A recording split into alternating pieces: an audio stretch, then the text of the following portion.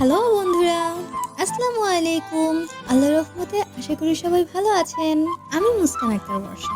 আমাদের ইউটিউব চ্যানেলটি সাবস্ক্রাইব করে আমাদের পরিবারের একজন হয়ে পাশেই থাকুন। ধন্যবাদ।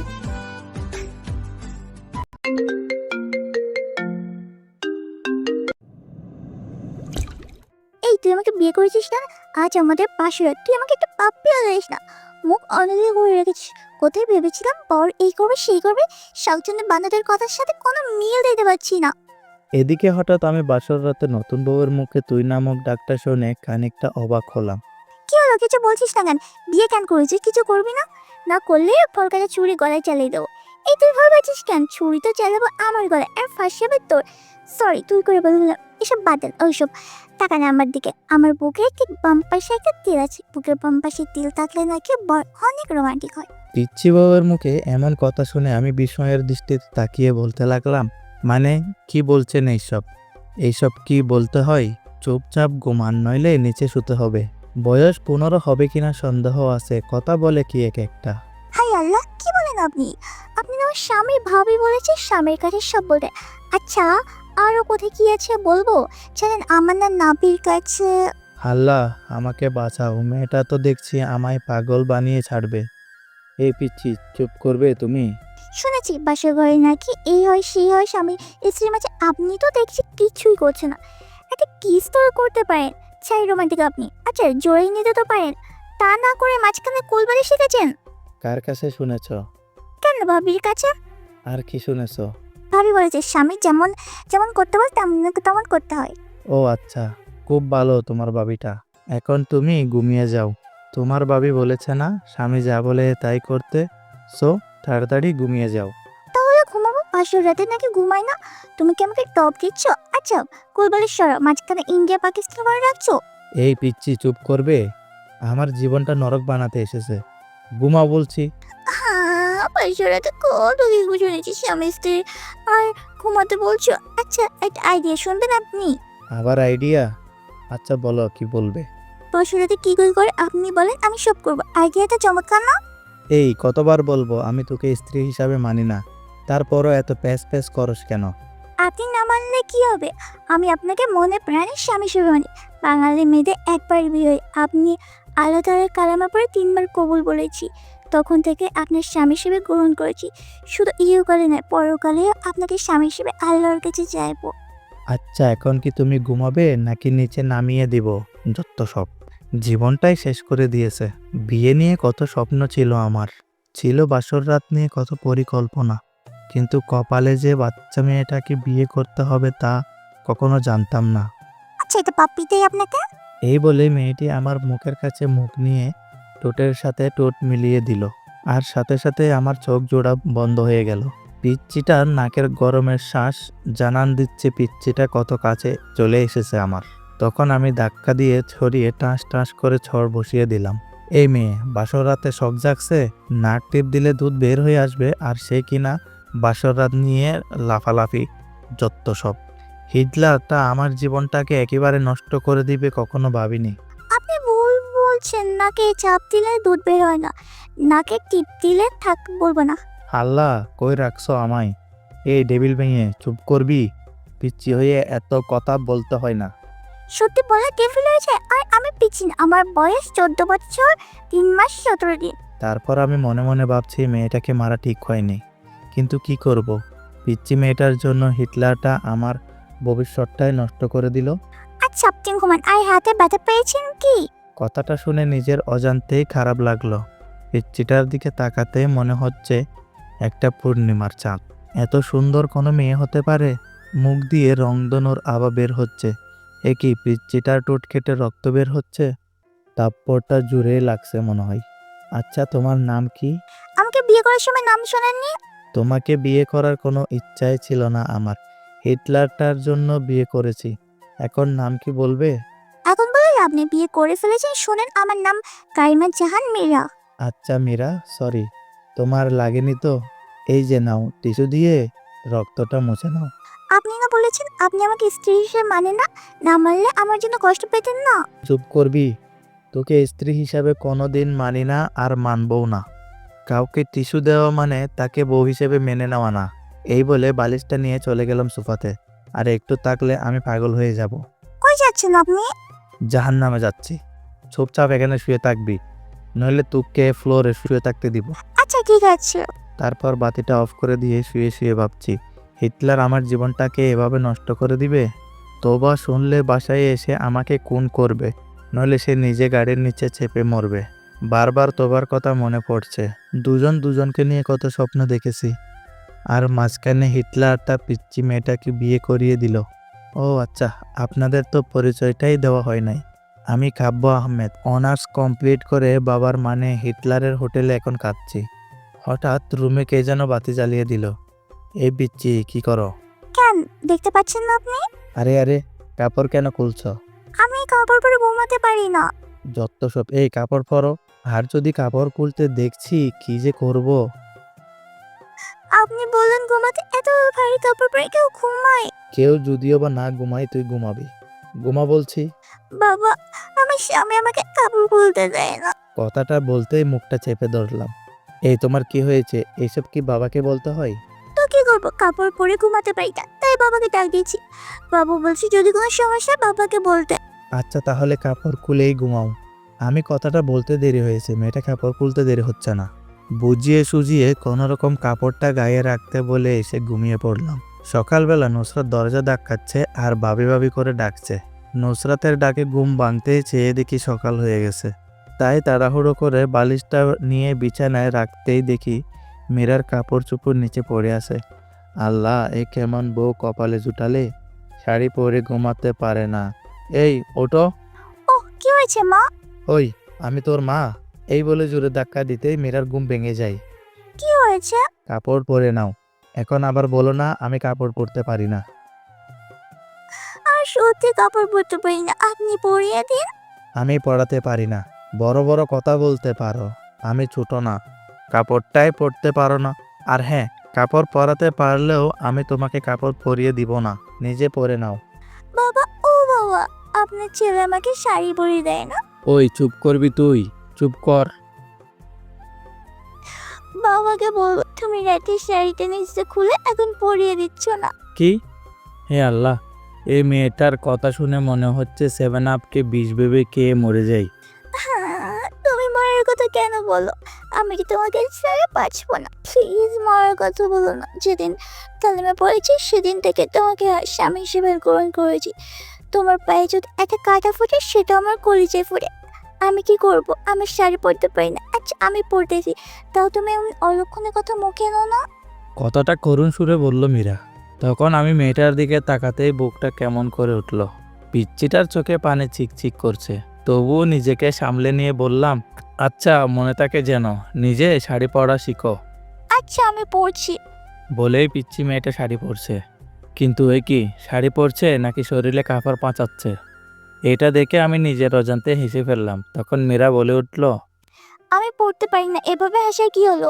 কথাটা বলার সাথে সাথে মীরার শাড়িটা খুলে গেল। তখনই আমি অন্যদিকে তাকিয়ে বললাম, কি লজ্জা শরম কিছু নাই? মা বাবা কি শিক্ষা দেয়নি? কেন, আপনি কি কোরআন পড়তে জানেন না? পিচ্চি মেয়ের মুখে এমন কথা শুনে খানিকটা বিস্মিত হলাম। তারপর ওর প্রশ্ন করলাম, কি বলছো এসব? শাড়ি পরার সাথে কোরআনের কি সম্পর্ক? কেন, আপনি কি জানেন না আল্লাহ তাআলা বলেছেন স্বামী স্ত্রী একে অন্যের পোষণ স্বরূপ? আমি ছোট মানুষ, শাড়ি পরতে পারি না, কোথায় আপনি পরে দেবেন তা না। অন্যদিকে ফিরে আছেন, আমার শরীরের প্রতিটা অঙ্গ বৈধভাবে দেখতে পারবেন আপনি। এখানে অন্যদিকে ফিরে আছেন কেন? দেন না আমাকে শাড়ি পরিয়ে। পিচ্চিটার কথা শুনে আমি পিচ্চির দিকে তাকালাম। পিচ্চিটার লজ্জায় লাল হয়ে গেছে, চোখ বুজে আছে। এবার আমি শাড়িটা খুলে সুন্দর করে কুঁচি দিয়ে পরিয়ে দিচ্ছি। মেয়েটা চোখ বন্ধ করে আছে। লজ্জায় পিচ্চির সুন্দর মুখটা লাল টমেটো হয়ে গেছে। লজ্জা পেলে যে পিচ্চিটাকে এত সুন্দর লাগে, না দেখলে হয়তো তা আমার অজানাই থেকে যেত। তারপর ফ্লোরে পরে থাকা শাড়িটা হাতে নিয়ে সম্পূর্ণ কুঁচি দেওয়ার পর নাভির কাছে গুজে দেওয়ার সময় কেমন যেন কেঁপে উঠল। পিচ্চির নিঃশ্বাস ভারী হয়ে আসছে, ঠোঁট দুটি কাঁপছে। এদিকে আমি আর নিজেকে কন্ট্রোল করতে পারছি না। পিচ্চির ঠোঁট দুটো হঠাৎ আমার ঠোঁটের সাথে মিশে যাওয়ার আগেই আমার হাতটা ধরে ফেললো। কি হলো? প্লিজ আন্না, আমি আর পারছি না, শরীরটা থরথর করে কাঁপছে। কেন, কি হয়েছে? শরীর খারাপ করলো নাকি? এই বলে সারে কচিটা হাতে নিয়ে নিজেই গুজে দিয়ে বলল, হাত এরাম কিছুই বোঝে না, কোথায় হাত দিলে কি হয়। বলে রুম থেকে বেরিয়ে গেল মীরা। পিচ্চিটার কথা শুনে ফ্লোরে বসে পড়লাম আমি। তার কিছুক্ষণ পর রুম থেকে বের হতে সবাই হা হয়ে তাকিয়ে আছে আমার দিকে। আমি কি চিড়িয়াখানার বান্দর যে এভাবে সবার তাকায় তাকা লাগবে? মনে মনে ভাবছি হিটলারটা আমার জীবনটাকে নষ্ট করে দিয়ে কিভাবে হা করে তাকিয়ে আছে। আমার কথা শুনে সবাই একসাথে হেসে দিল। পিচ্চিটা মুখ ধরে হাসছে, ইচ্ছা করছে সব দাঁত ভেঙে দেই। কিভাবে হাসছে! সত্যি কি বিয়ে করে চিড়িয়াখানার বান্দর হয়ে গেলাম? এরপর সবাইকে উদ্দেশ্য করে বললাম, কি হলো, সবাই হাসছো কেন? বলবে তো? ভাইয়া, তুমি ঠিক মতো লিপস্টিক দিতে পারো না? ভাবি, তুমি ভাইয়াকে সুন্দর করে সাজিয়ে দিও। নুসরাত মীরাকে উদ্দেশ্য করে বলল, এদিকে সবকিছু যেন আমার মাথার উপর দিয়ে যাচ্ছে। আমি কিছুই বুঝে উঠতে পারছি না। সবাই হাসতেছে। আরে তোমরা সবাই কেন হাসতেছো তা তো একবার বলবে। বুঝতেছি না কিছুই আমি। ওই জান্নাত, ফাইজলামি না করে বল কি হয়েছে? আমি কি বিয়ে করে জোকার হয়ে গেলাম? আর তোরা যেভাবে হাসছিস মনে হয় আমি চিড়িয়াখানা থেকে বের হয়ে আসলাম এখন। ভাইয়া, তোমার মুখে লিপস্টিক লেগে আছে, যাও ফ্রেশ হয়ে আসো। মানে রাতে পিচ্চিটা এমন কাজ করেছে? নিজের উপর নিজেরই রাগ হচ্ছে। পিচ্চিটাকে দেখি মিটি মিটি হাসছে আর মনে মনে বলছে, কেমন লাগে রাতে আমাকে ঠকানোর ফুল, পিচ্চিটাকে ঠকালে আল্লাহ এভাবে বিচার করে। তারপর আমি দৌড়ে চলে গেলাম ওয়াশরুমে। ফ্রেশ হয়ে এসে ব্রেকফাস্ট করে নিলাম। তারপর আবারও রুমে চলে আসলাম। আর এভাবে দিন পার। সন্ধ্যাবেলায় ফোনটা কিরিং কিরিং করে বাজছে। আমি ফোনটা ধরতে ওপাশ থেকে চাপা কান্নার আওয়াজ। ফোনের ওই পাশ থেকে কোনো কথাই আসছে না, শুধু চাপা কান্নার আওয়াজ ছাড়া। বুকের ভিতরটা হাহাকার করছে। কলিজাটা ক্ষত বিক্ষত হয়ে যাচ্ছে, কারণ ফোনের ওপাশে যে মানুষটি কান্না করতেছে সে আর কেউ নয়, আমার ভালোবাসার মানুষ সাথী। নিজের অজান্তেই চোখ থেকে টপ টাপ করে পানি পড়ছে। এভাবে প্রায় 5 মিনিট থাকার পর ওপাশ থেকে সাথী বলল, কি অপরাধ করেছিলাম আমি? কেন করলে আমার সাথে এমন? আমি তো তোমার পায়ের নিচে এক টুকরো জায়গা চেয়েছিলাম, কিন্তু কিন্তু তুমি আমার কলিজাতে ছুরি চালিয়ে দিলে, বিয়ে করে নিলে। আমাদের 3 বছরের রিলেশন কিভাবে পারলে তুমি ভুলে যেতে? তাই সিদ্ধান্ত নিয়েছি আমি সুইসাইড করব। আমার যে জীবনে আমার ভালোবাসার মানুষকে পাবো না, সে জীবন রেখে আমি কি করব?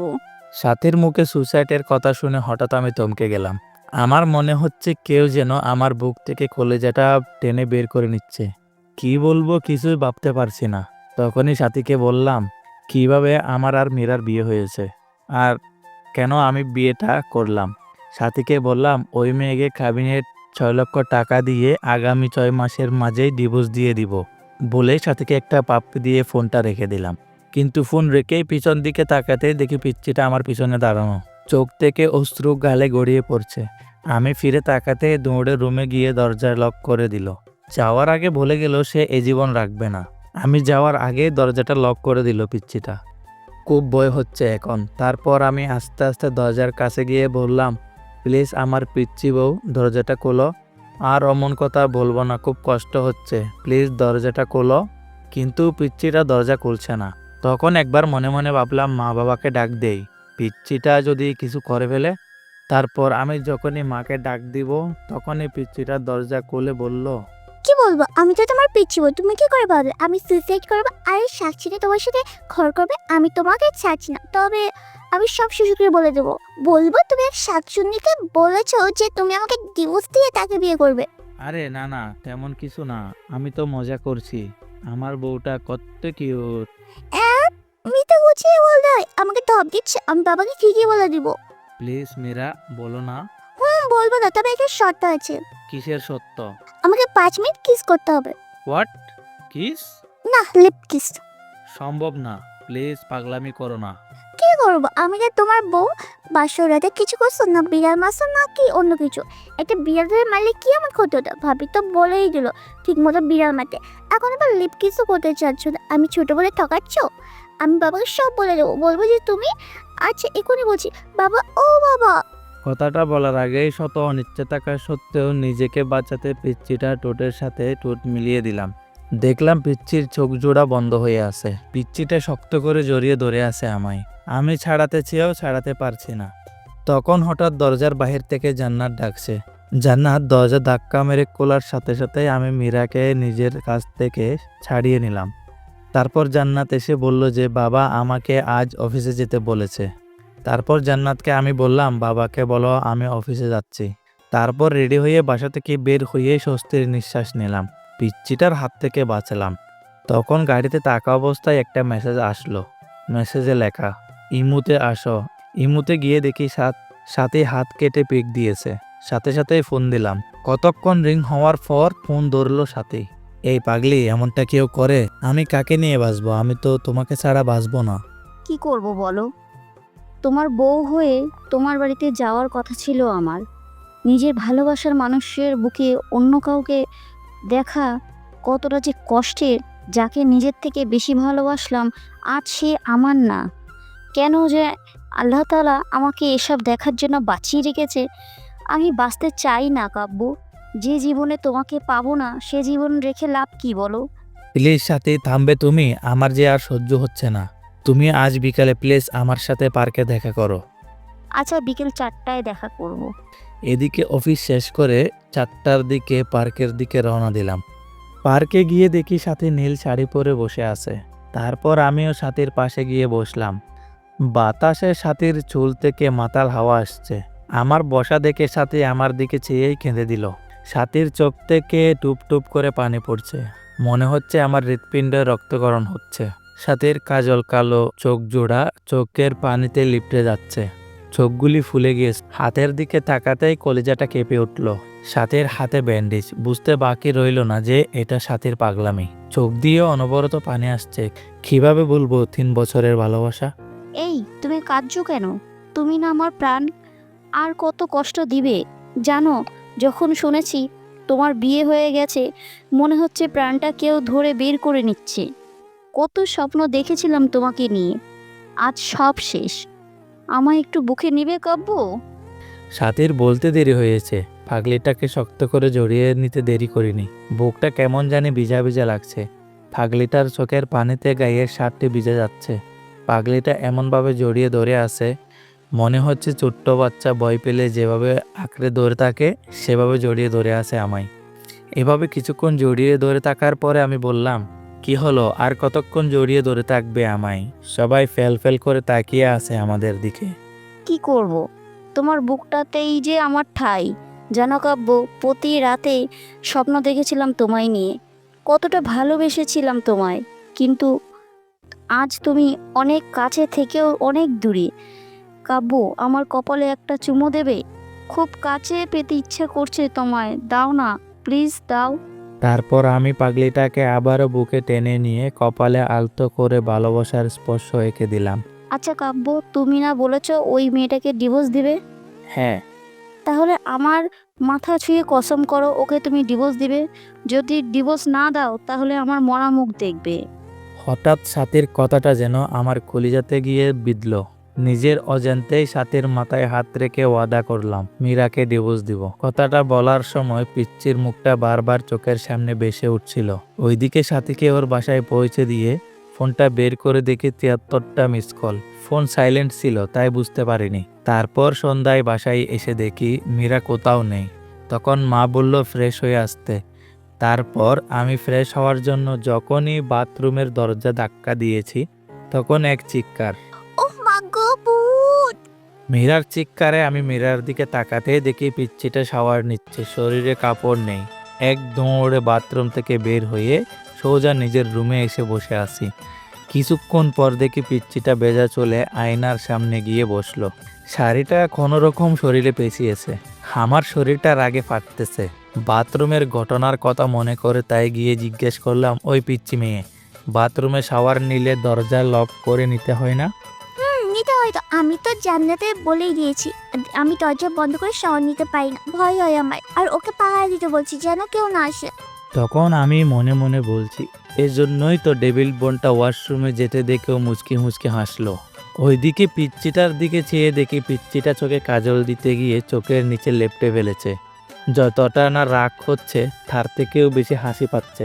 গোমরা মুখে আসো কেন? আমি কি করবো? কখনো কোনোদিন সাজিনি, কিন্তু তুমি আমাকে আদর করে না, ভালোবাসো না, তাই আমার লক্ষ্মী ননদে আমাকে এভাবে সাজতে বলছে। কিন্তু আমি তো কাজল দিতে পারি না। দিয়ে দাও না, সেদিন মতো শাড়ি পরে দাও না প্লিজ। পিচ্চিটার কথা শুনে আমার খুব রাগ হচ্ছে। বাবাজি কি দেখি পিচ্চিটাকে আমার গাড়ে ঝাঁপিয়েছে। এই পিচ্চি, আরেকবার শাড়ি এবং কাজল দিয়ে দেওয়ার কথা বললে ঘর থেকে বের করে দিব। পিচ্চিটা আমার কথা শুনে সাথে সাথে কান্না করে দিল আর হেঁচকি দিতে দিতে বলল, আমাকে তাড়িয়ে দিও না, তুমি তাড়িয়ে দিলে আমি কোথায় যাব? আমার এই যে কেউ নেই তুমি ছাড়া। তখন আমি কোনো জবাব না দিয়ে রুম থেকে বের হয়ে গেলাম।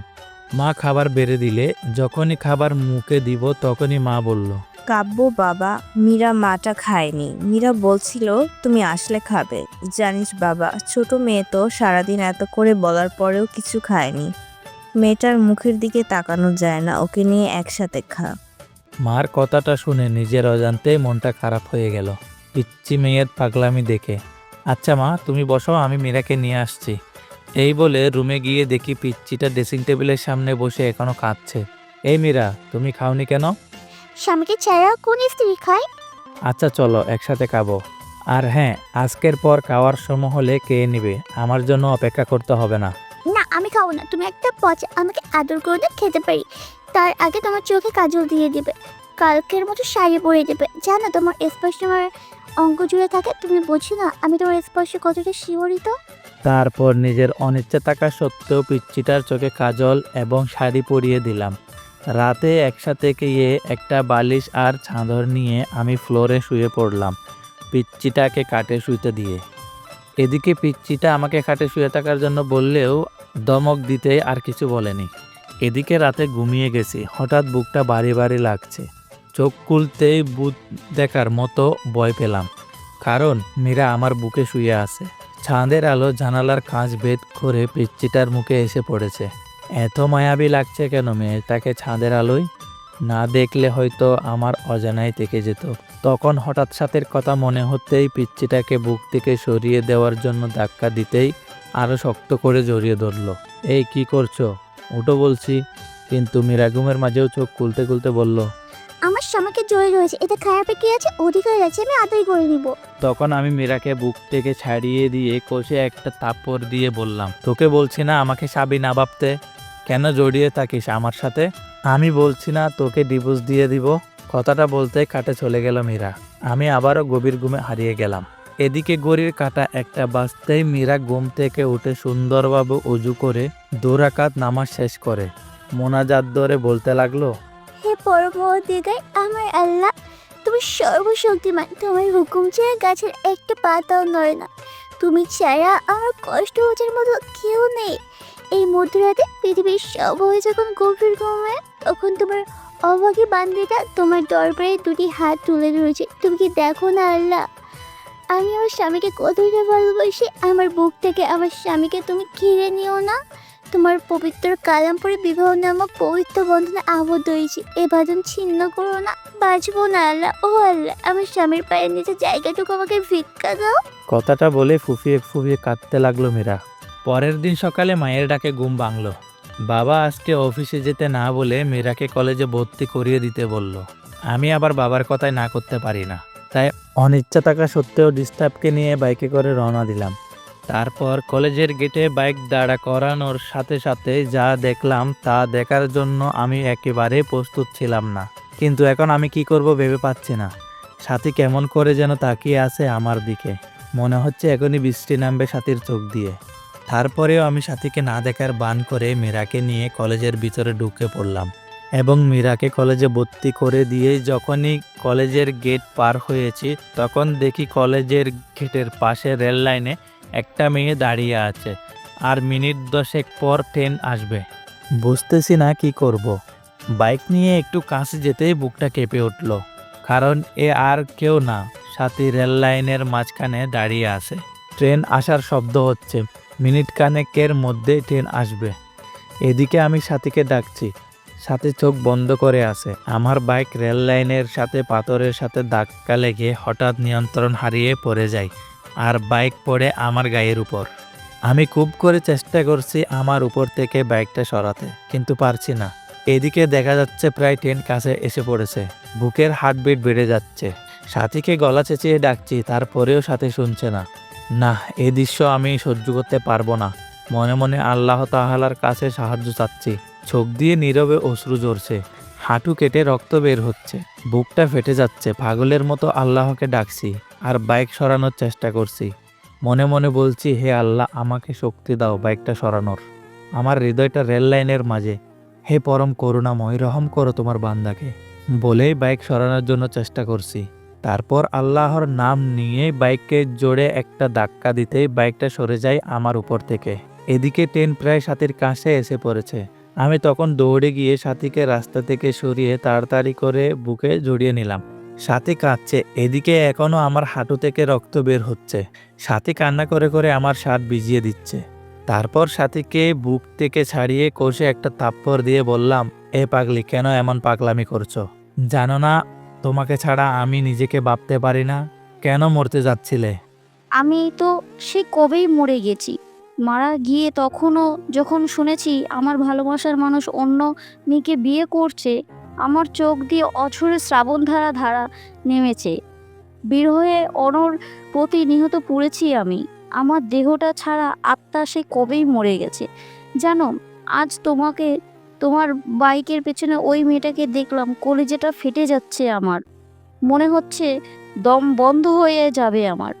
কাব্য, আমি তোমার পাশে অন্য কাউকে সহ্য করতে পারি না। কি করব? তোমার জন্য একজনকে জড়িয়ে ধরতে থাকবো? আর তুমি এটা কিভাবে দেখবে? তাই ট্রেনের নিচে পড়ে তুমিই না এই জীবন নিঃশেষ করতে চাইলাম। কেন বাঁচালে আমায়? আমি যে তিলে তিলে শেষ হয়ে যাচ্ছি। বলতে পারো কেন এতটা ভালোবাসার পরেও তুমি আমার নও?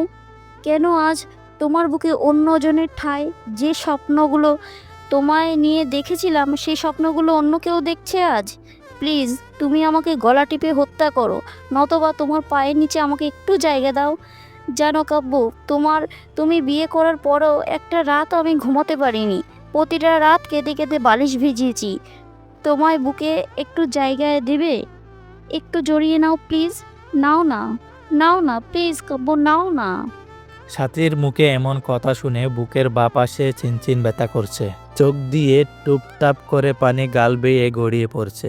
কিছু ভাবতে পারছি না। খুব ইচ্ছে করছে সাথীকে জড়িয়ে ধরে বলি, সাথী, খুব ভালোবাসি তোমায়, নিজের থেকেও বেশি। মনে হচ্ছে কথাটা বললে বুকের ব্যথাটা কমবে। তাই সাথীকে হ্যাঁচকা টান দিয়ে শক্ত করে বুকে জড়িয়ে নিলাম। কপালে একটা চুমু দিয়ে বললাম, বড্ড ভালোবাসি, খুব বেশি ভালোবাসি তোমায়, হয়তো নিজের জীবনের চেয়েও বেশি। পাগলিটা কেঁদে কেঁদে শার্ট ভিজিয়ে ফেলছে। পাগলিটা আরো শক্ত করে জড়িয়ে ধরে আছে আমায়। এইদিকে সাথীকে বললাম, খুব শীঘ্রই আমরা বিয়ে করছি, মীরাকে খুব তাড়াতাড়ি ডিভোর্স দিচ্ছি। সাথে ডিভোর্সের কথা শুনে আবারও আমাকে শক্ত করে জড়িয়ে ধরে কপালে চুমু দিয়ে চলে গেল। এইদিকে ফোনের দিকে তাকিয়ে দেখি 2টা বেজে গেছে।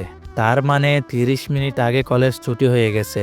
তারপর তাড়াতাড়ি করে বাইক স্টার্ট দিয়ে কলেজের সামনে যেতেই অবাক হয়ে গেলাম। অনেকগুলো মেয়ে জমা হয়ে আছে।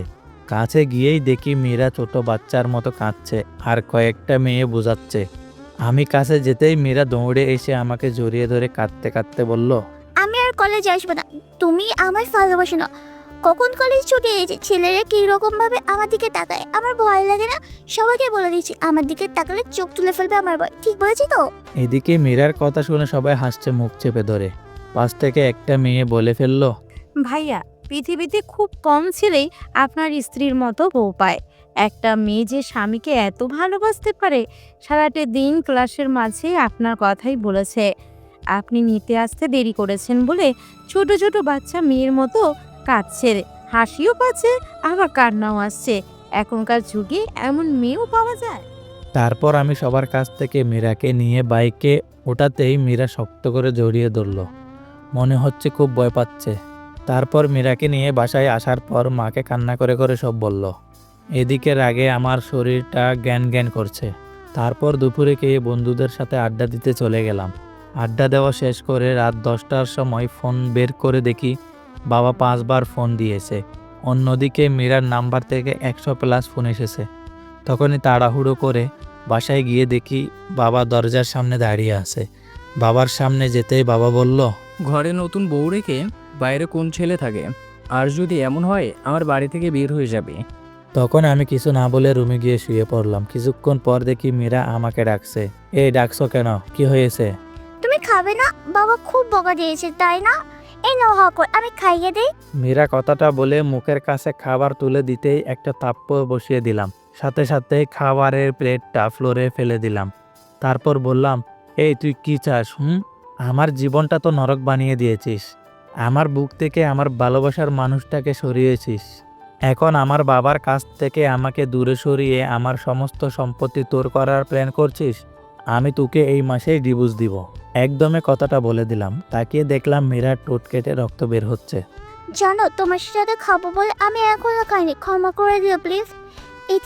এতিমখানায় বড় হয়েছি আমি, তাই বাবা মার আদর পাই। তোমার মা বাবাকে নিজের বাবা মা মনে করে নিয়েছিলাম, শুধু ভালোবাসা চেয়েছিলাম, আর কিছু নেই। এতিম হয়ে জন্ম নিলেও সম্পদের প্রতি মোহ নেই আমার। আমি মীরার দিকে চেয়ে দেখি মীরা কাঁদছে, চোখগুলি লাল হয়ে গেছে। নেকা কান্না দেখে শরীরটা রাগে ফেটে যাচ্ছে। দুনয়নে দেখতে মন চাচ্ছে না মীরাকে।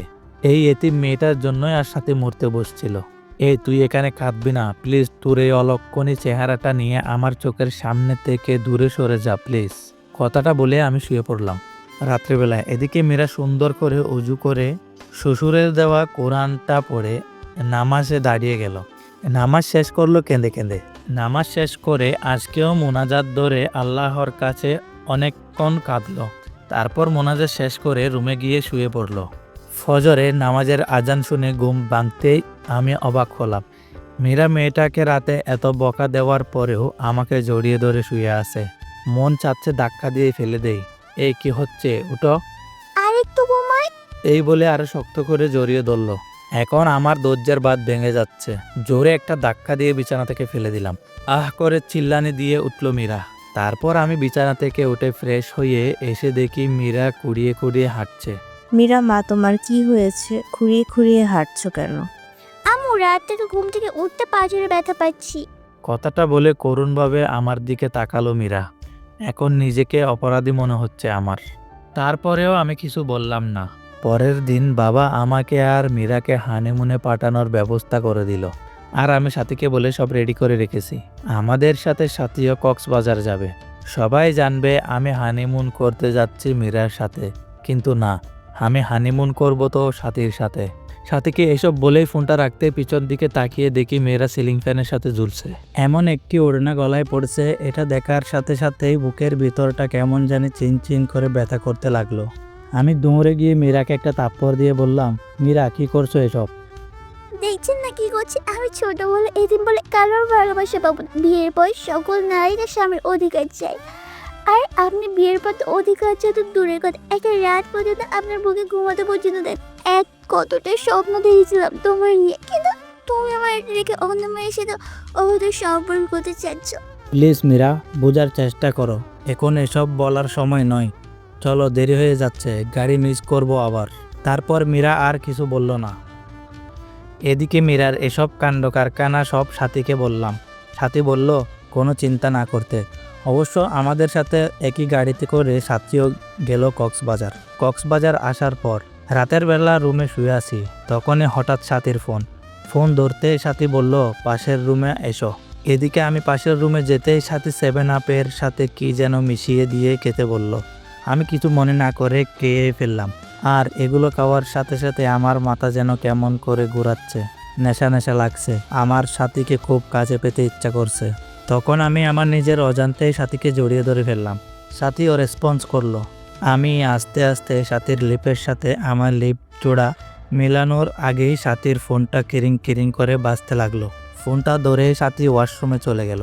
এদিকে কিছুক্ষণ পর ওয়াশরুম থেকে এসে বলল, বাবু আমি অসুস্থ, কাল যা মন চাই তাই করো। এই বলে সাথী আমাকে আমাদের রুমে নিয়ে গেল।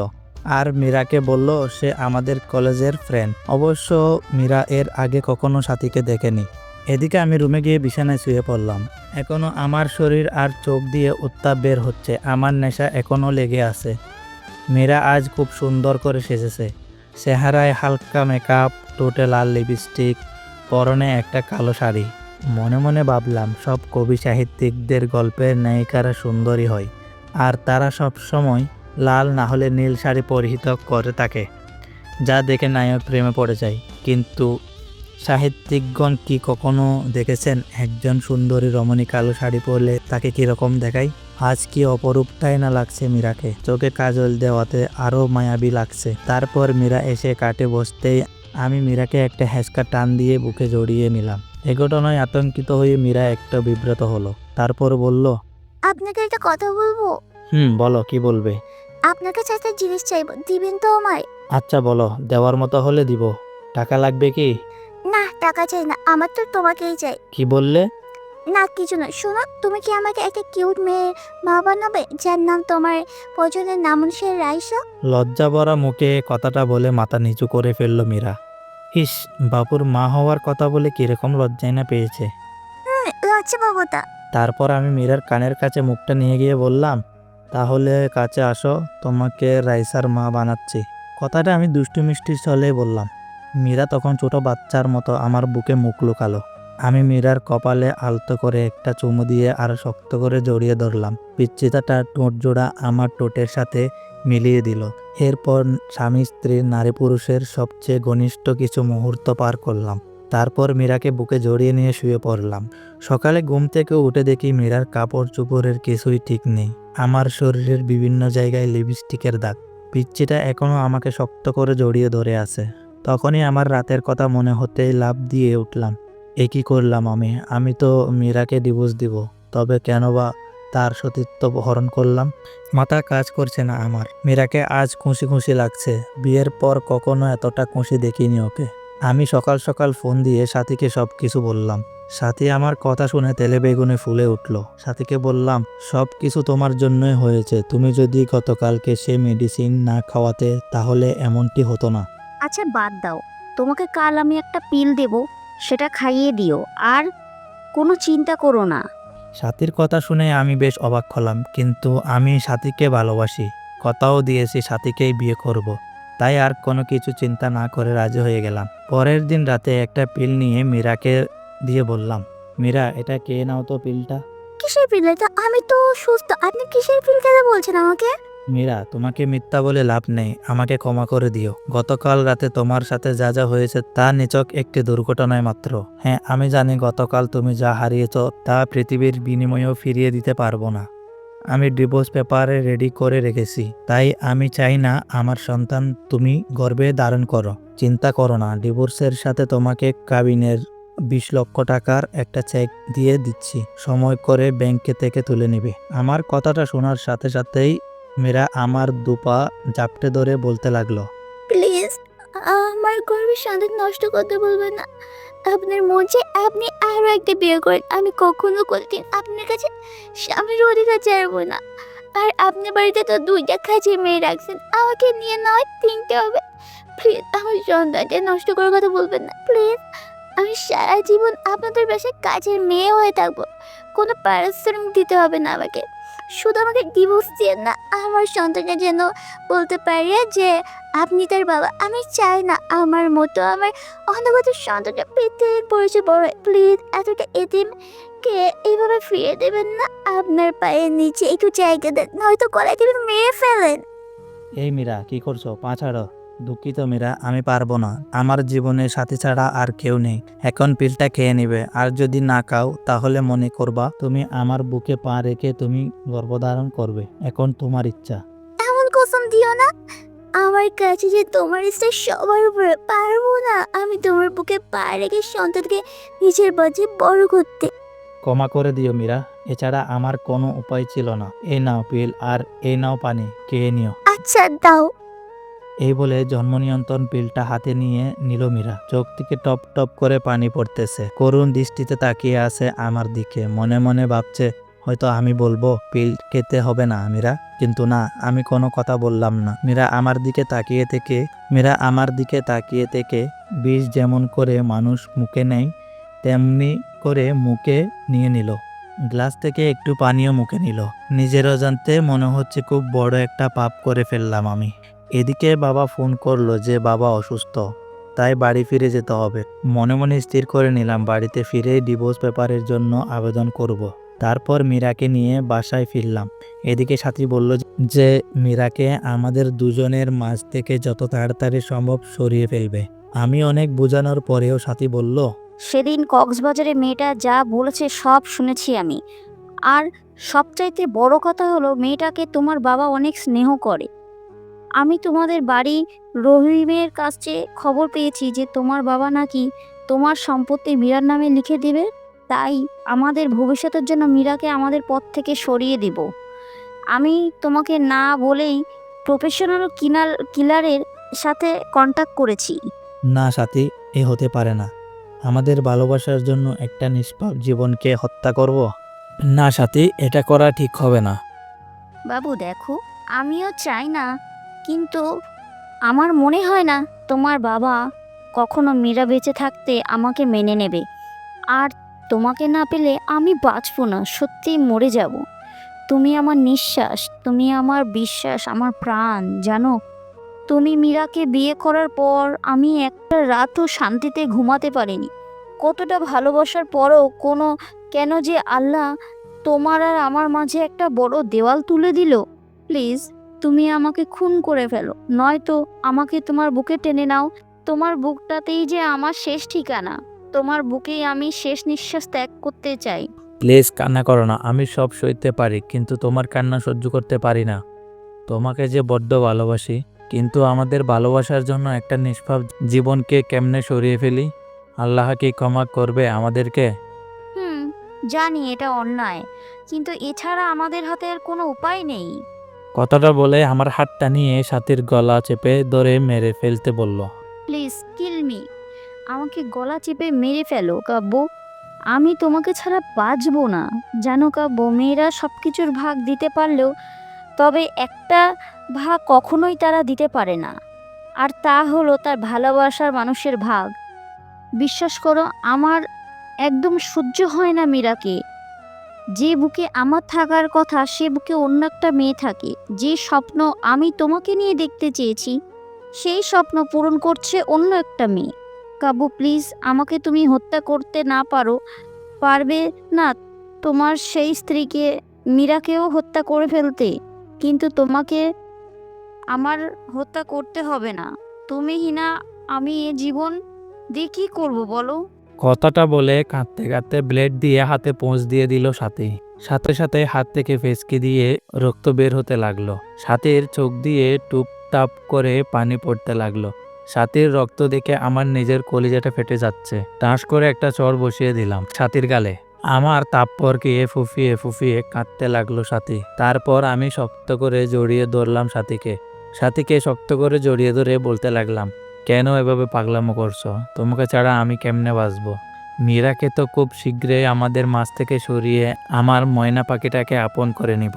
কথাটা বলার সময় বুকের ভিতরে একটা চাপা কান্নার আওয়াজ পেলাম। তারপর সাথীকে আমি ছেড়ে দিয়ে সাথীর কপালে একটা ভালোবাসার স্পর্শ এঁকে দিলাম। সাথীকে বাসায় ড্রপ করে বাসায় আসতে দেখি মীরা খাবার নিয়ে বসে আছে। রাত প্রায় 10টা। আমি কিছু না বলে শুয়ে পড়লাম। আপনি খাবেন না? কিছু খেয়েছেন? মন খারাপ আপনার?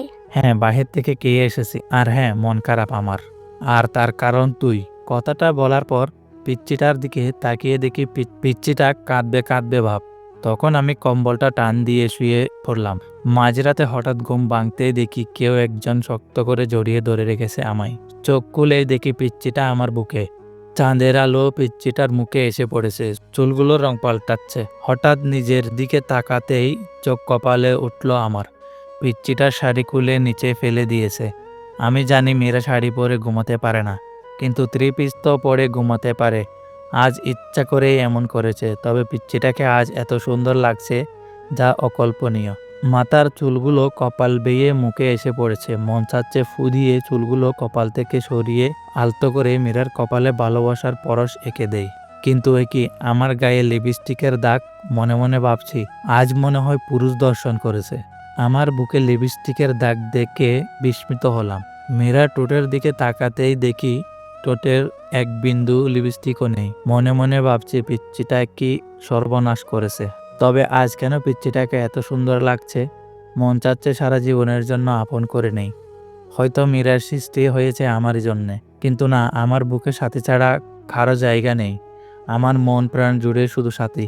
তাই মীরাকে কয়েকবার ডাক দিলা, কিন্তু সে উঠল না। তাই জোর করে ধাক্কা দিতে চোখ কষলিয়ে উঠল।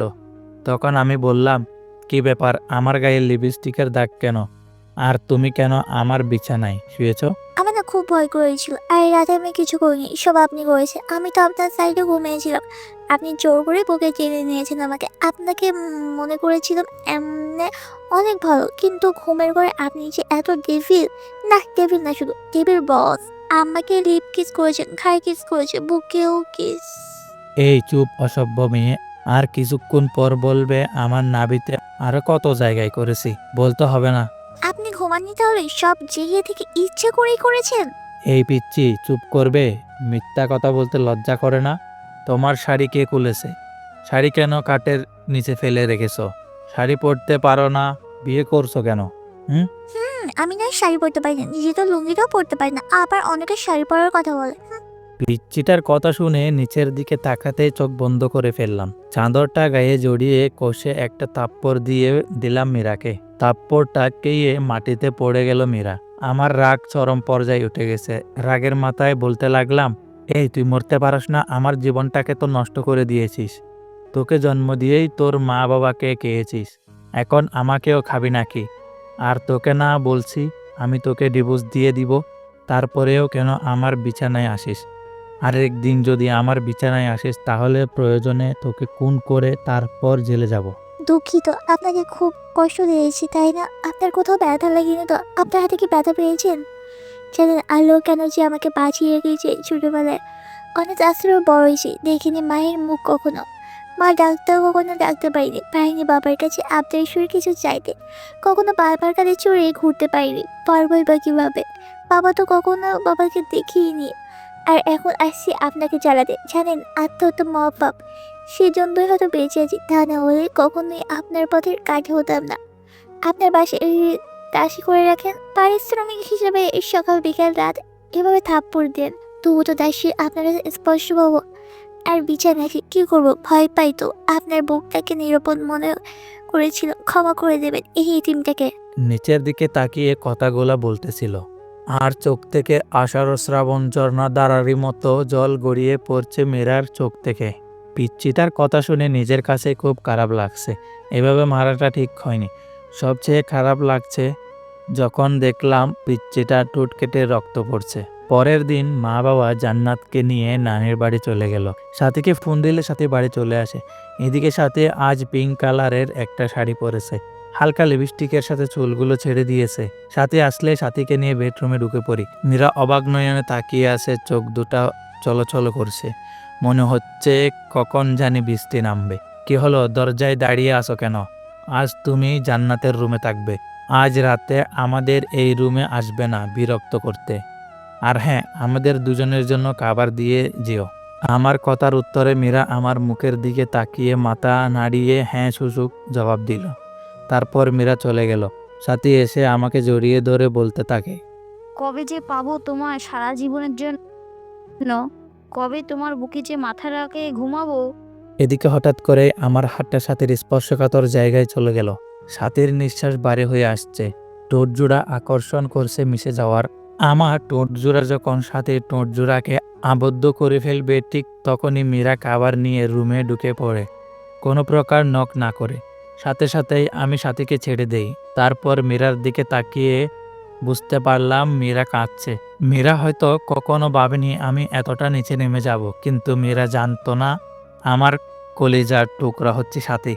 সাথেই আমার জীবন মরণ, আমার ভালোবাসার সব সাথীর জন্য। তারপর মীরা খাবার রেখে চলে গেল। মীরার চোখ দিয়ে পানি পড়ছে, এটা স্পর্শ দেখা গেল। তারপর সাথী আর আমি খাওয়া দাওয়া করে সাথীর সাথে গল্প করতে করতে কখন আমি আর সাথী ঘুমিয়ে গেলাম ঠিক খেয়াল নেই। অবশ্য রাতে আমি সাথীর সাথে ফিজিক্যালি রিলেশন করতে চাইলেও সাথে বিয়ের পরের কথা বলে। তারপর আমরা দুজন মিলে সিদ্ধান্ত নিয়ে 1 সপ্তাহ পর বিয়ে করব, তাই আর জোর করিনি। এদিকে মাঝরাতে কারো চাপা কান্নার আওয়াজে ঘুম ভেঙে যায়। চোখ খুলতেই দেখি সাথে আমার বুকে। সাথীকে বুক থেকে সরিয়ে কান্নার আওয়াজ কোথা থেকে আসছে তা দেখার জন্য রুমের বাইরে বের হতে যা দেখলাম তা দেখার জন্য আমি একেবারে প্রস্তুত ছিলাম না। আমি রুম থেকে বের হতেই দেখলাম পাশের রুমে মীরা জায়নামাজে বসে আছে। মীরাকে দেখে মনে হচ্ছে মোনাজাত ধরে আছে। মাঝে মাঝে ফুফিয়ে কান্নার আওয়াজ আসছে রুম থেকে। আমি আর একটু কাছে যেতেই শুনলাম মীরা মোনাজাতে বলছে। হে আল্লাহ, আমার পরম করুণাময় আল্লাহ, তোমার দরবারে দুটি হাত তুলে ধরেছি। আল্লাহ, শুনেছি মাঝরাতে নাকি তুমি প্রথম আসমানে এসে বান্দার ফরিয়াদ শোনো। আচ্ছা আল্লাহ, আমি এতিম বলে কি আমার ফরিয়াদ শুনবে না? জানো আল্লাহ, দুনিয়াতে মানুষ কষ্ট পেলে বাবা মাকে বলে। তুমি তো আমার বাবাকে মাকে উঠিয়ে নিয়েছো। তুমি ছাড়া যে আসমানের উপরে জমিনের নিচে আমার কেউ নেই। হে আল্লাহ, শুনতে পাচ্ছ কি আমার কথা? দুনিয়ার সন্তান কান্না করে দিলে মা দৌড়ে এসে সন্তানকে কোলে তুলে নিয়ে গলে মুখে চুমু দিয়ে বলে, কি হয়েছে আমার লক্ষ্মী সোনা, কাঁদে না। হে আল্লাহ, তুমি তো দুনিয়ায় মায়েদের চেয়েও লাখো কোটি গুণ তোমার বান্ধার বেশিকে ভালোবাসো। তুমি তো সব দেখো। হে মাবুদ, আমার আল্লাহ, আমার স্বামী অনের বুকে শুয়ে আছে, আমার কলিজাটা ফেটে যাচ্ছে। আল্লাহ, আমার বাবা মাকে তুমি তোমার কাছে নিয়ে নিলে, আমার কেন রেখেছো? আমাকে কষ্ট দিতে যদি এতই ভালো লাগে, তাহলে দাও আরো কষ্ট। আল্লাহ, আমি যা সইতে পারছি না, একজন পতিতা নারীও তো স্বামীর ভাগ অন্য কাউকে দেবে না। আরে আমি এতটাই অভাবী, জন্ম নেওয়ার পর না পেলাম বাবা মার ভালোবাসা, না পেলাম স্বামীর ভালোবাসা। আজ আমার স্বামী আমাকে বের করে দিয়ে অন্য মেয়ের সাথে রাত্রি যাপন করছে। হে আল্লাহ, আর কত কাঁদবো? কত কাঁদালে তোমার রহমতের সাগর টান লাগবে? আর কত অশ্রু বিসর্জন দিবে তোমার আরশ কুরসি কেঁপে উঠবে? কত কাঁদলে তোমার রহমত আর রহিম নামের দয়ার সাগরে কান লাগবে? তুমি না বলেছো এতিমদের অভিভাবক তুমি? তুমি না বলেছো যার কেউ নেই তার তুমি আছো? আল্লাহ, এত মানুষের চোখের পানি তোমার দেখতে খুব ভালো লাগে। আর যে আমি পারছি না। হে রহিম রহমান, আমার আল্লাহ, আমার স্বামী আমাকে আমার করে দাও। আমার স্বামীকে তোমার জান্নাতে নিয়ে একসাথে থাকতে চাই। ও আমার আল্লাহ, তোমার এতিম গুনাহের বান্দি কাঁদে, তুমি দেখো না গো আল্লাহ। কষ্ট দেবে দাও, আরো দাও। আমার স্বামীকে আলাদা করে দিও না, আমার বেঁচে থাকার অবলম্বন কেড়ে নিও না। হে আল্লাহ, আমার স্বামী আমাকে এত মারে, এত কষ্ট দেয়, তুমি দেখছো? আমাকে 3বার থাপড় দিয়েছে, 3বার আমার ঠোঁট কেটে রক্ত বের হয়ে গেছে। ও আমার আল্লাহ, তুমি আমার স্বামীর উপর গজব দিও না। ও আল্লাহ, আমি কিন্তু খুশি আছি, তবু রাগ করো না। আমাকে মেরেছে আল্লাহ, তোমার কিন্তু মারেনি আল্লাহ। আমি কিন্তু খুশি আছি, তুমি রাগ করো না। আমার স্বামীকে তুমি হেদায়েত দাও আল্লাহ, তুমি আমার স্বামীকে হেদায়েত দাও, গজব দিও না। আমার স্বামীর পক্ষে শেষ নিঃশ্বাস ত্যাগ করার তৌফিক দাও করো আল্লাহ। তোমার এদিন গুনাহগার বান্দি এই ফরিয়াদ রেখে তোমার দরবারে হাত নামাচ্ছে আল্লাহ। আমিন। এদিকে দরজার ওপাশ থেকে মীরার মোনাজাতের আওয়াজ শুনে নিজের অজান্তে চোখের পানি এসে গেল। পিছন দিকে তাকিয়ে দেখি সাথে দাঁড়িয়ে আছে। কাব্য, তুমি এখানে আর আমি তোমাকে সারা বাড়িতে খুঁজে বেড়াচ্ছি। এই তুমি কাঁদছো কেন? কথাটা বলে সাথীও কান্না করে দিয়ে বলল, কাব্য, কখনো আমায় ছেড়ে যাবে না তো? আমি ভয়ঙ্কর একটা স্বপ্ন দেখেছি তোমায় নিয়ে। তুমি যদি কখনো আমাকে ছেড়ে চলে যাও, তাহলে ফল কাটা ছুরি দিয়ে নিয়ে বলছি, এটা আমি আমার গলায় চালিয়ে দেব। তুমি আমাকে ছেড়ে যাওয়ার আগে আমাকে খুন করে আমার লাশের উপর দিয়ে যেতে হবে। এদিকে সাথে আমাকে জড়িয়ে ধরে কাঁদতে লাগলো। আমি শত অনিচ্ছা সত্ত্বেও সাথীকে বাহুডোরে আবদ্ধ করে নিলাম। সাথী কান্না করতে করতে শার্ট ভিজিয়ে ফেলেছে। তারপর সাথীকে ছাড়িয়ে বললাম, ভয় পেও না, তোমাকে ছেড়ে কোথাও যাব না। তাহলে আমার মাথা ছুঁয়ে প্রমিস করো আমাকে ছেড়ে যাবে না কখনো। সাথীর কথাটা শুনে আমার হাতটা কাঁপছে। আমার চোখে বারবার পিচ্চিটার মায়াবী চেহারাটা ভেসে উঠছে। চোখ দিয়ে নিজের অজান্তেই পানি আসতে লাগলো। কি করব কিছু বুঝতে পারছি না। জীবনটা এমন কেন? জীবনে কখনো 1000 বছর বেঁচে থাকার ইচ্ছা জাগে, আবার কখনো এক মুহূর্তের জন্যও নয়। এই কাব্য, তুমি আমার মাথা ছুঁয়ে প্রমিস করবে না কখনো আমায় ছেড়ে যাবে না? প্লিজ প্রমিস করো। তোমাকে হারালে আমি সত্যি মরে যাব, বাঁচবো না আমি। প্লিজ প্রমিস করো, নয়তো ছুরিটা চালিয়ে দিব। প্লিজ এভাবে বলবে না। তুমি যে আমার ভালোবাসা, তুমি যে আমার জীবনের একটা অংশ। এই যে তোমাকে মাথা ছুঁয়ে প্রমিস করছি, জীবনে কখনো কোনোদিন তোমায় ছেড়ে যাব না। তুমি যে আমার ভালোবাসা, তুমি যে আমার জীবনের একটি অংশ। প্লিজ মরার কথা বলবে না আর। আমি কাকে নিয়ে বাঁচবো? আচ্ছা কাব্য, তোমাকে একটা কথা বলে রাখি, রাগ করবে না তো? কি বলবে বলো? আমায় একটা পাপ্পি দিবে? আচ্ছা কাছে এসো। কাছে আসার কথা শুনে সাথী এতটা কাছে এসে পড়ল যে সাথীর নিঃশ্বাস আমার মুখে পড়ছে। আমার ইচ্ছে করছে না, তবুও নিজের অজান্তে সাথীর কপালে একটা ভালোবাসার পরশ এঁকে দিলাম। এদিকে সাথী আমাকে ধাক্কা দিয়ে বিছানায় ফেলে দিল। তারপর আর কিছু মনে নেই, তবে কে যেন দরজাটা চাপিয়ে দিল। হঠাৎ বিছানাটা কাঁপছে, চোখ খুলতেই দেখি ফোন এসেছে। ফোনের স্ক্রিনের দিকে তাকাতেই দেখি হিটলারটার ফোন। আমি বয়ে বয়ে ফোনটা তুলতেই ওপাশ থেকে বলতে লাগলো, কখন থেকে ফোন দিচ্ছি, তোর ধরার কোনো নামই নেই। কয়টা বাজে, এখনো ঘুমাচ্ছিস? তাড়াতাড়ি এসে গেট খুলে দিয়েছে। হে আল্লাহ, কাম সারছে। সাথী এখনো আমার বুকে শুয়ে আছে। এত সকালে সাথীকে বাসায় দেখলে আমাকে কুরবানি করবে, মাথা কাজ করছে না। এই সাথী, আর কত ঘুমাবে? এবার উঠো। বাবু, আর একটু ঘুমাই। উঠবা তুমি? তাড়াতাড়ি উঠো। তারপর সাথীর চোখ কসলিয়ে কসলিয়ে উঠে বলল, কি হয়েছে? বাবা এসেছে, বাইরে দাঁড়িয়ে আছে, কোরবানি করবে আজ আমাদের। এখন কি হবে? যা হবার হবে, বুক থেকে সরো, শাড়িটা পরে নাও। তারপর সাথী শাড়িটা ঠিক করে রুমের বাইরে এলো। আমি বয়ে বয়ে বাসার গেট খুলতে বাবা বলল, গেট খুলতে এত সময় লাগে? আর ওই মেয়ে এখানে কেন? কেন এসেছে এত সকালে? আমি ঠিক কি বলবো ভেবে পাচ্ছি না, খুব ভয় হচ্ছে। পাশ থেকে তখন হঠাৎ মীরা বলতে লাগলো, আর সাথে আমার বান্ধবী এদিক দিয়ে যাচ্ছিল আর আমাকে ফোন দিলে আমি আসতে বলি। সে আসার পর দেখি কাব্য আর সাথে সাথে পুরো পরিচিত। ওহ আচ্ছা, সাথীমা তুমি কিছু মনে করো না। কাব্যর বাবা এমনি সব কিছু সন্দেহের চোখে দেখে। আন্টি, আমি কিছু মনে করিনি। আমার আজ একটু তাড়া আছে। তাহলে এখন উঠি, অন্য একদিন আবার আসবো আন্টি। সাথে চলে গেলে মীরাকে ছোট্ট করে একটা ধন্যবাদ দিলাম। মীরা করুণ দৃষ্টিতে আমার দিকে তাকালো। এদিকে মীরার কলেজের ক্লাস শুরু হয়ে গেছে। এতদিন কাজের ব্যস্ত এবং নতুন বউ ছিল, তাই যাওয়া হয়নি। তারপর আব্বু মীরাকে কলেজে দিয়ে আসতে বলল।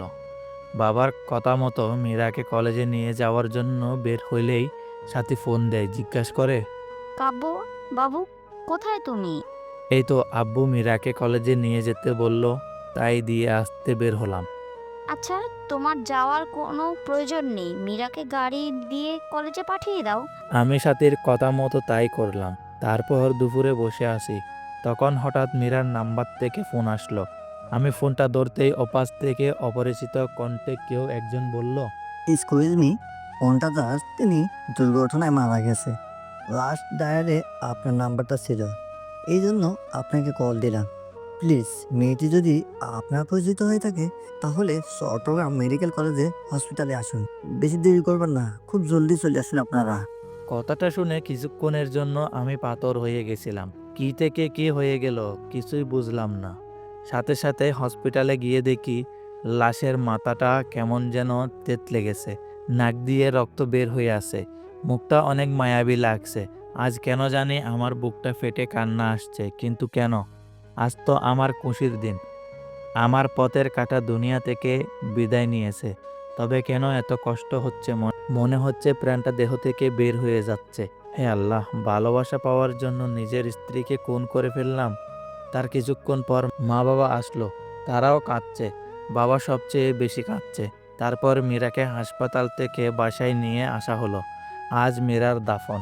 আমি মীরার লাশটা কাঁধে নিয়েছি, মনে হচ্ছে কলিজা থেকে ছুরি চালিয়ে দিয়েছে। দূরে সাথীকে দাঁড়িয়ে থাকতে দেখলাম, সাথীও আজ কাঁদছে।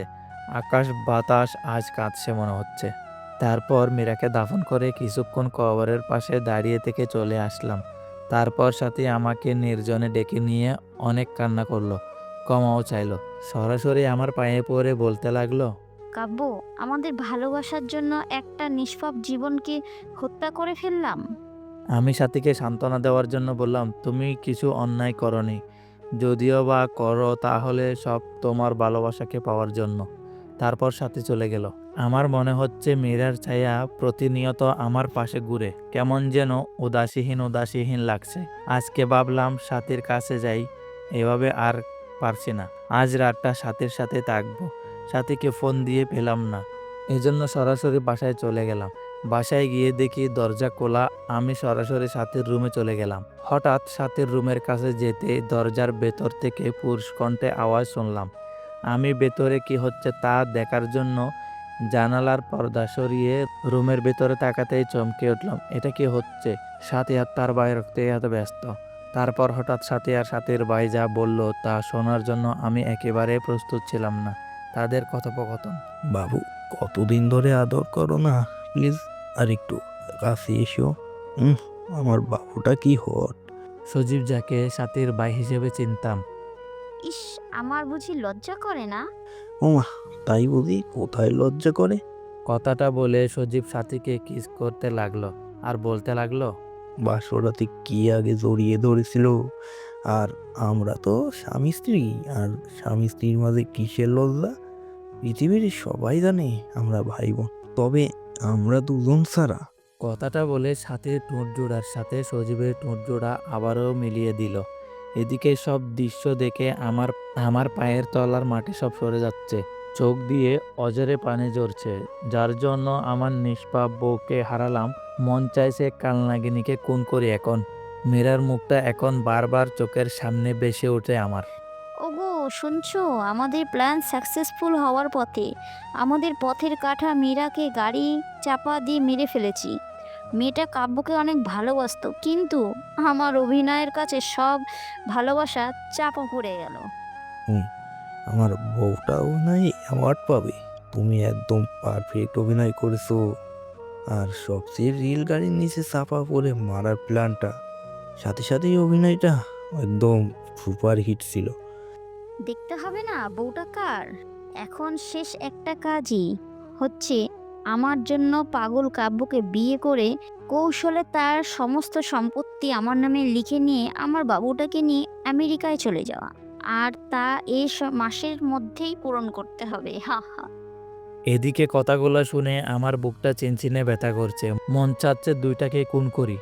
এদের জন্য আমার স্ত্রী মীরা আজ পরপারে, কিন্তু না, এদেরকে এভাবে মারলে ফেঁসে যাব। তাই কৌশলে আমার স্ত্রী হত্যার প্রতিশোধ নিতে হবে। আজ বাইক চালাচ্ছি আর মীরার কথা ভাবছি। মনে হচ্ছে মীরা আমার পাশে বসে শক্ত করে আমাকে জড়িয়ে ধরে আছে। চোখ দিয়ে নিজের অজান্তেই পানি আসছে। বাড়িতে এসেই বাবাকে জড়িয়ে ধরে ছোট্ট বাচ্চার মতো কান্না করে দিলাম। খুব কষ্ট হচ্ছে আমার। বাবা মাথায় হাত বুলিয়ে দিয়ে বলল, আল্লাহর উপর ভরসা রাখ, তিনি সব কিছু ঠিক করে দিবেন। তারপর রুমে এসে শুয়ে পড়লাম। চোখ বন্ধ করলে পিচ্চিটাকে দেখতে পাই। খাইতে গেলেও মনে হয় কে যেন বলে, তুমি খাবে না, তুমি না খেলে আমিও খাবো না। আমি পারছি না এভাবে আর থাকতে। তারপর হঠাৎ ক্রিং ক্রিং করে ফোনটা বাজছে। ফোনের দিকে চেয়েই দেখি কালনাগিনীটা ফোন দিয়েছে। শত অনিচ্ছা থাকা সত্ত্বেও ফোনটা ধরলাম। ওপাশ থেকে, আমার বাবুটা কেমন আছে? আমার বাবুটাকে বড্ড বেশি মিস করছি। বাবুটা একটু আমার সাথে দেখা করবে কি পার্কে? আমার যে বুকটা চিনচিন করছে ব্যথায়। এতগুলো। আর অল্প দিন পরেই আমার বাবুকে আপন করে পাবো। প্লিজ এসো, পার্কে এসো। আমি কিছু না বলে কালনাগিনীটার ফোনটা কেটে পার্কে চলে গেলাম। পার্কে গিয়ে চুপচাপ পাশে দাঁড়িয়ে আছি। কালনাগিনীটার নীল শাড়ি পরেছে, নোংরা শরীরটাকে ডেকে রেখেছে নীল পোশাকের আড়ালে। যদিও কেউ নোংরা মনের কার্যকলাপ দেখতে পারতো, মনে হয় কেউ তুতু পর্যন্ত দিত না এই শরীরে। কি হলো বাবু? তোমার পছন্দের শাড়ি পরেছি, কেমন লাগছে তা বলবে না? কি বলবো? আচ্ছা বাদ দাও, আমার পথের কাঁটা তো আর নেই। চলো না বিয়ে করে নিই। তোমাকে ছাড়া রাতগুলো আমার নির্ঘুম কাটছে। তুমি যে আমার স্পন্দন। খুব ইচ্ছা করে তোমাকে আপন করে নেওয়ার। আল্লাহ আমার সেই ইচ্ছা পূরণ করবে না? আমি যে তোমাকে নিজের থেকেও বেশি ভালোবাসি। কথাটা বলার সাথে টাস টাস করে চোর বসিয়ে দিলাম। আর সহ্য হচ্ছে না। এই, তুই আমাকে ভালোবাসিস? তাহলে সজীবকে? কাব্য, কি বলছো এসব? সজীব তো আমার ভাইয়া। এমন চেহারা দেখে যে কেউ কালনাগিনীটার মায়ায় পড়ে যাবে, কিন্তু আমি নই। ছি, তোর লজ্জা করে না নিজের স্বামীকে ভাই বলতে, স্বামীকে ভাই বানাতে? আমি সেদিন তোর বাসায় গিয়ে সব দেখেছি আর শুনেছি। তোদের দুটোকে আমি নিজের হাতে খুন করে আমার ফুলের মতো নিষ্পাপ স্ত্রীর হত্যার প্রতিশোধ নিব। হা হা হা। তার আগে দেখ এই ভিডিওটা। তুই যদি সাথীকে বিয়ে না করিস, তাহলে বলবো তুই সাথীকে বিয়ের প্রলোভন দেখে তার সর্বনাশ করেছিস। আর সাথী এখন অন্তঃসত্ত্বা, তাই বুঝে নে কি করবি এখন তুই। কথাগুলো শুনে পিছন দিকে তাকাতেই দেখি সজীব মোবাইল ফোনে সাথীর আর আমার হোটেলের রুমের ভিডিও এবং বাসার ভিডিও তুলে রাখছে। এইসব দেখে নিজেকে আর কন্ট্রোল করতে পারছিলাম না। ফোনটা হাত থেকে নিয়ে আছাড় মেরে ভেঙে ফেললাম। বাবু, খুব রাগ করেছো? এমন হাজারো ভিডিও আছে। আচ্ছা বাবু, রাগ করো না। আগামী সপ্তাহে আমাদের বিয়ে, তুমি কাজী অফিসে চলে এসো, নয়তো থানাতে পাঠাবো বাসর করতে।